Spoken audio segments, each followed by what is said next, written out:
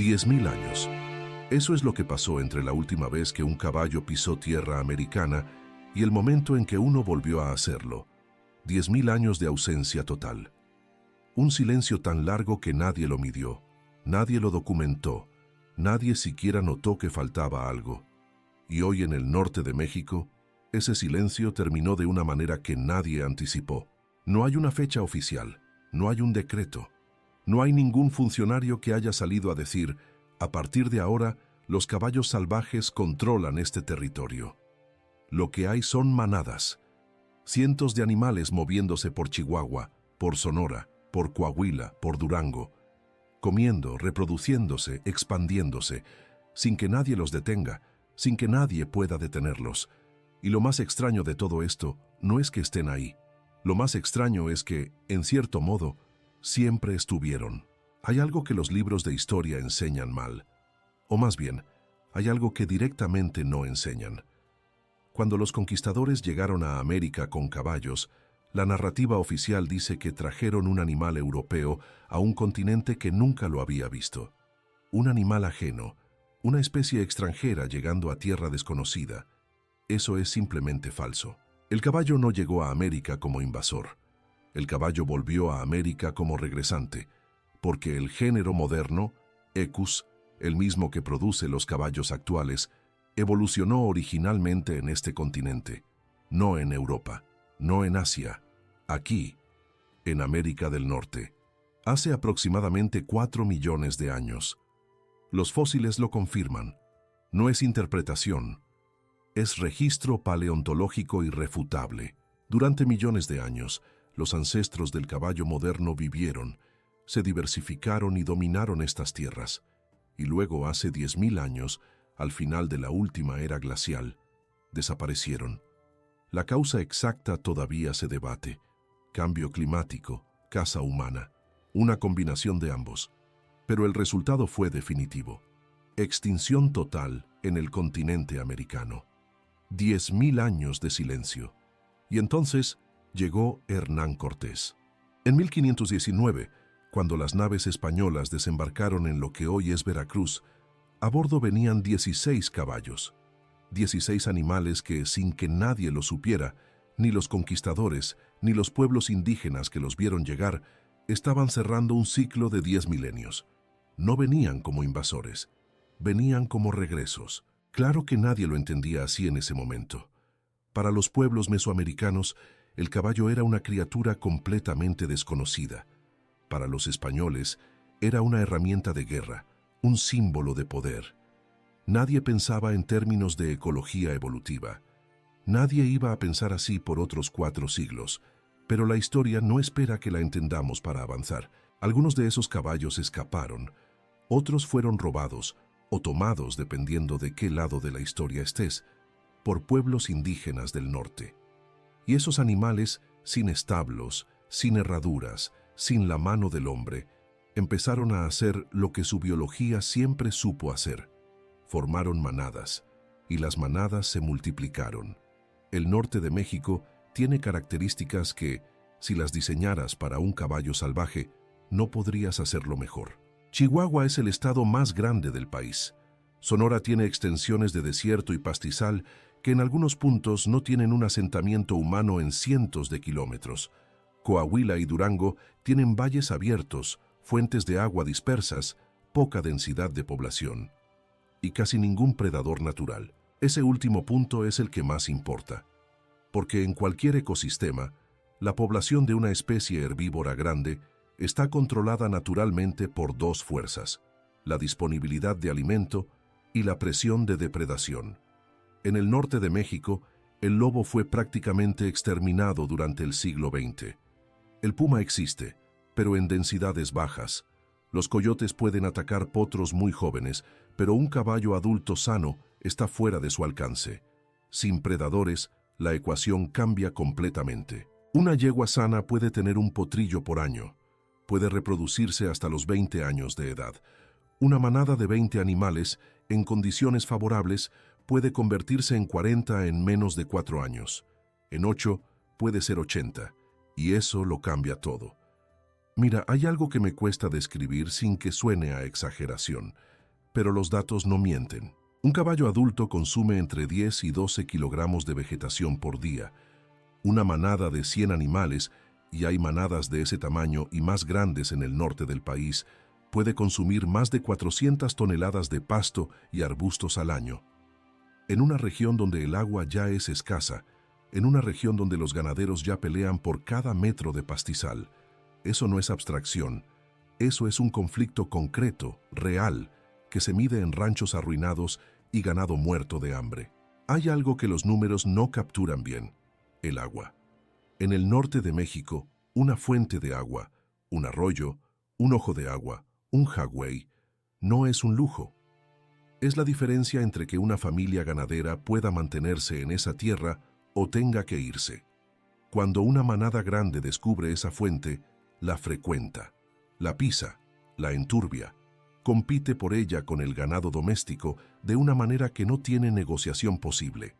El ganadero llega al amanecer y encuentra el bebedero destruido, la cerca rota, el suelo alrededor convertido en lodo y estiércol. No una vez, semana tras semana. Esa es la guerra silenciosa que no aparece en los periódicos, pero que define la vida de cientos de familias rurales en Chihuahua y Sonora. Y el problema no tiene un enemigo claro. No hay a quien demandar, no hay a quien culpar directamente. Los caballos no son ilegales, tampoco son de nadie, están ahí, en tierra de nadie, haciendo lo que hacen. Pero para entender por qué el problema llegó a este punto, necesitas saber algo más. Algo que rara vez aparece en las discusiones sobre caballos salvajes. El éxodo rural en México es un fenómeno que lleva décadas, pero que se aceleró brutalmente en las últimas generaciones. Las razones son múltiples: sequías prolongadas, crisis económica en el campo, violencia en ciertas regiones, la atracción de las ciudades. El resultado es el mismo en todas partes: ranchos abandonados, tierras que un día tuvieron dueño y hoy no tienen a nadie. Y cuando un rancho se abandona, pasan cosas en cadena. Las cercas dejan de mantenerse, se rompen.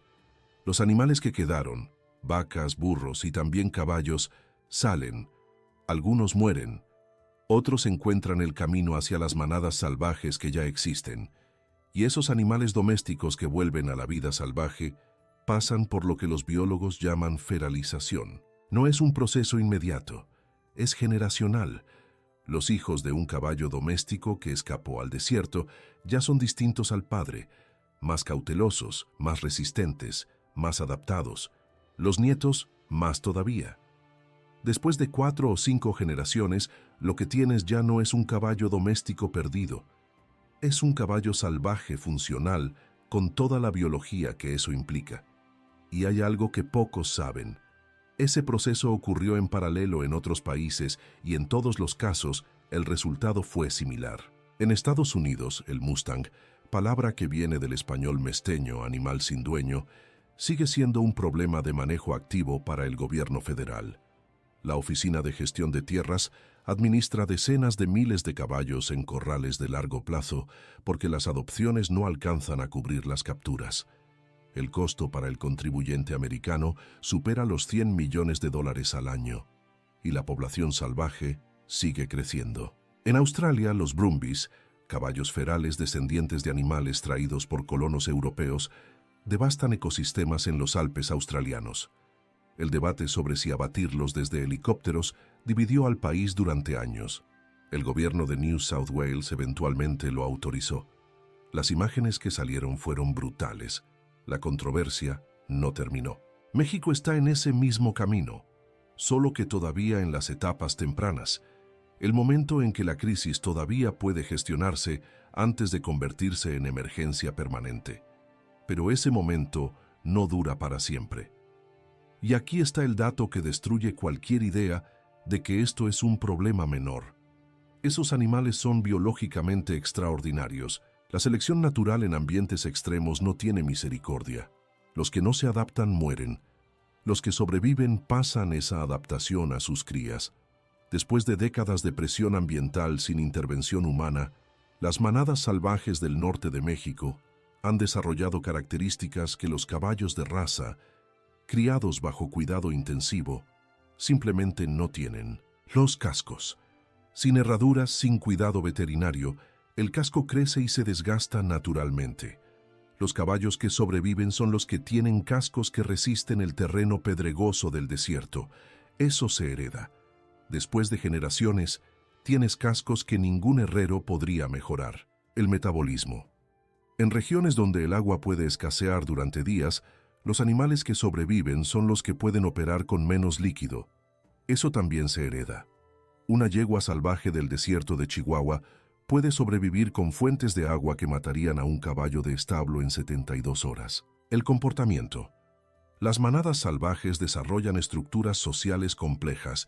Hay centinelas que vigilan mientras el resto come. Hay rutas de migración que se transmiten de generación en generación. Hay memoria territorial que funciona como un mapa interno de dónde está el agua, dónde está el peligro, qué caminos llevan a mejores pastos. Eso no es instinto simple, es inteligencia social, y es la razón por la que estas manadas son tan difíciles de controlar. Pero hay algo más que la biología hace con estos animales que pocas veces se menciona: el estrés reproductivo. En condiciones de alta competencia, cuando los recursos son escasos y hay muchos machos en edad reproductiva, los sementales dominantes se vuelven más agresivos, cubren más yeguas y el ciclo se acelera.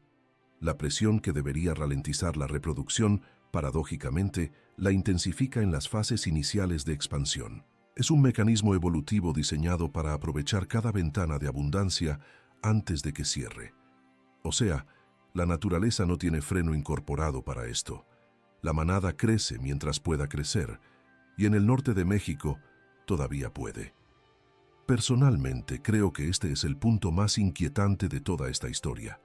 No es el tamaño de las manadas, no es el daño al pastizal, es lo que implica intentar controlarlas. Hay exactamente 3 métodos que el manejo de fauna salvaje reconoce para controlar poblaciones de caballos ferales.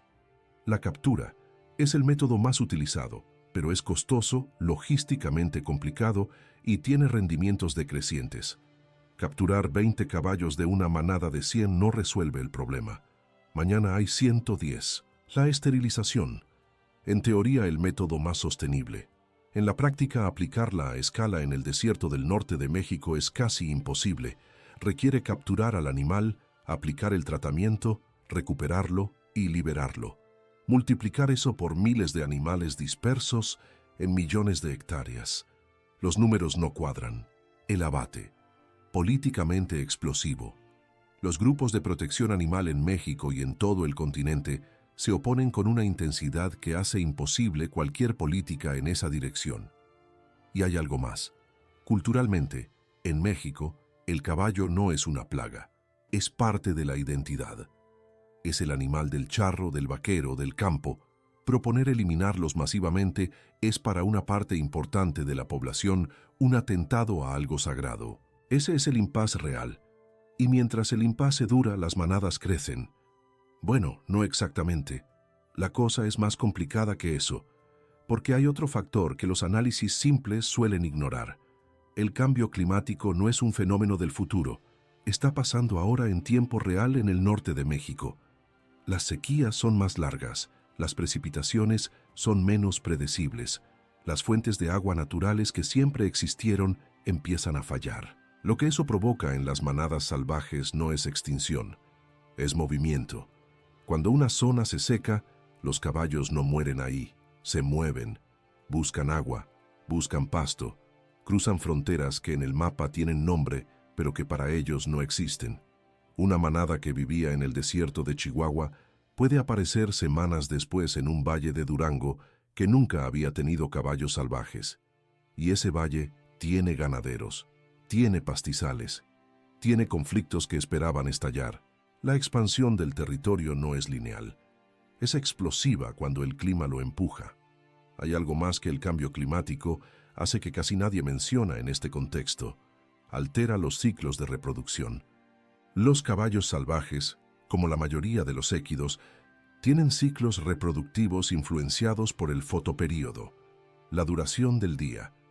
Pero en condiciones de estrés hídrico severo, Algunas yeguas pueden suprimir temporalmente el ciclo reproductivo como mecanismo de supervivencia. Eso suena a freno natural, pero cuando la sequía termina, cuando llega la temporada de lluvias, cuando la manada encuentra un nuevo territorio con agua, el rebote reproductivo puede ser intenso. La población que bajó durante la sequía puede recuperarse en 1 o 2 temporadas y recuperarse con crías más adaptadas al estrés hídrico que la generación anterior.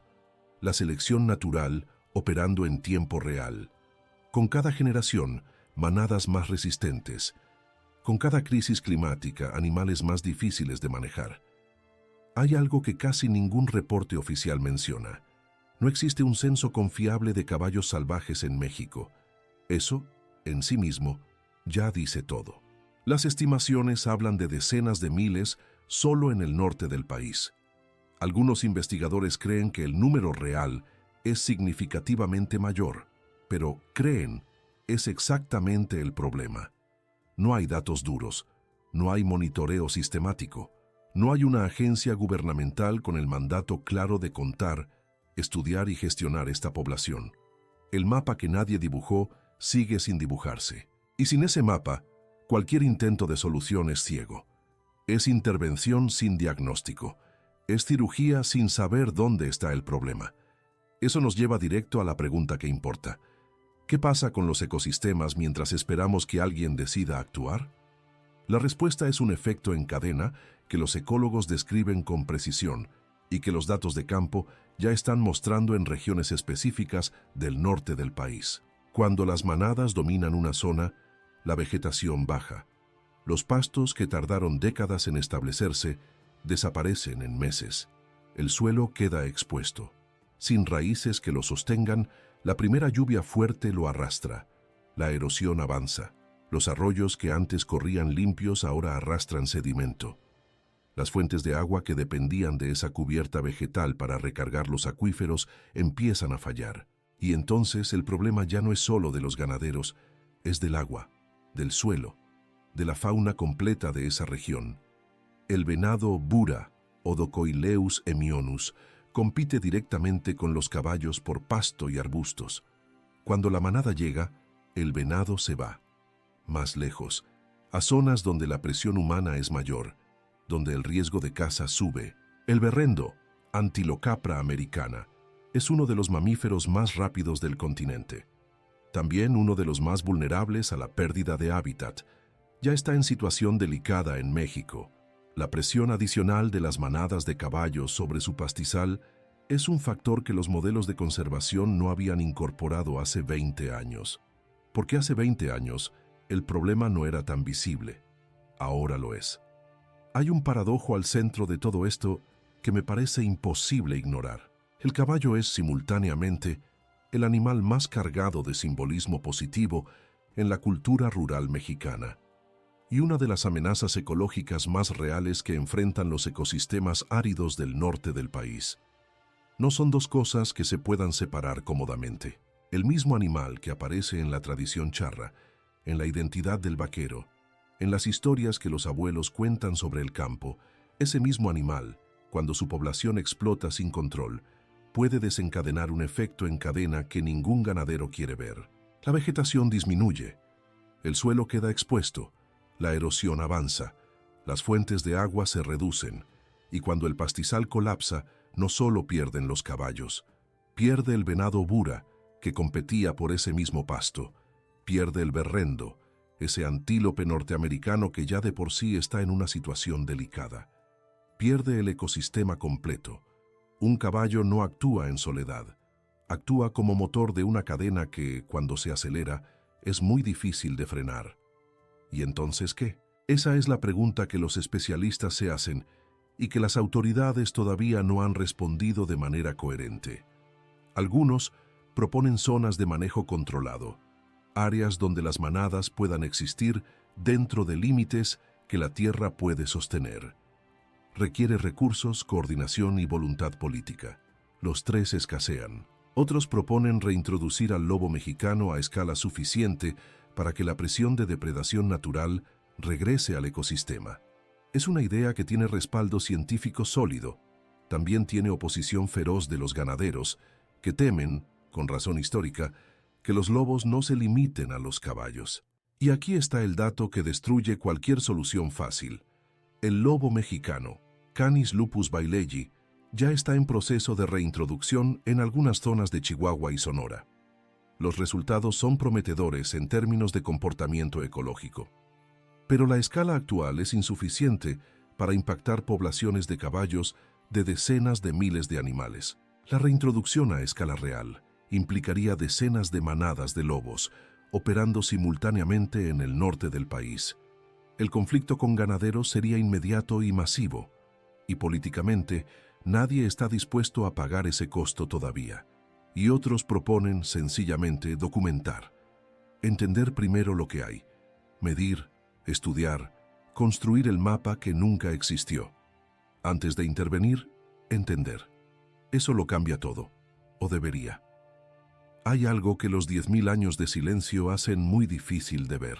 El caballo no volvió a América porque alguien lo planeó. No volvió porque la ciencia lo decidió, ni porque la política lo permitió. Volvió porque los caballos que escaparon en 1519 hicieron lo que los caballos siempre hicieron: sobrevivir, reproducirse, expandirse. La biología no espera permiso, y lo que estamos viendo hoy en el norte de México no es una invasión, no es exactamente una crisis, aunque tenga elementos de crisis. Es el regreso de una especie que este continente produjo, perdió y recuperó sin pedirle nada a nadie. El problema no es que estén aquí, el problema es que no sabemos qué hacer con algo que es al mismo tiempo parte de nuestra historia más antigua y una fuerza que nuestros ecosistemas actuales no estaban preparados para absorber. 10.000 años de silencio, que ahora en el polvo del desierto de Chihuahua, en las madrugadas de Sonora donde el frío todavía muerde, esas manadas se mueven, sin apuro, sin miedo, como si siempre hubieran estado, porque, en cierto modo, siempre estuvieron. La pregunta que México todavía no se ha hecho con seriedad no es cómo eliminarlos ni cómo ignorarlos. La pregunta es si somos capaces de entender lo que tenemos antes de que la Tierra ya no pueda sostenerlo. Si llegaste hasta aquí, ya sabes algo que la mayoría no se molestó en descubrir. Cuéntanos desde dónde lo estás viendo, porque esta historia tiene que llegar más lejos.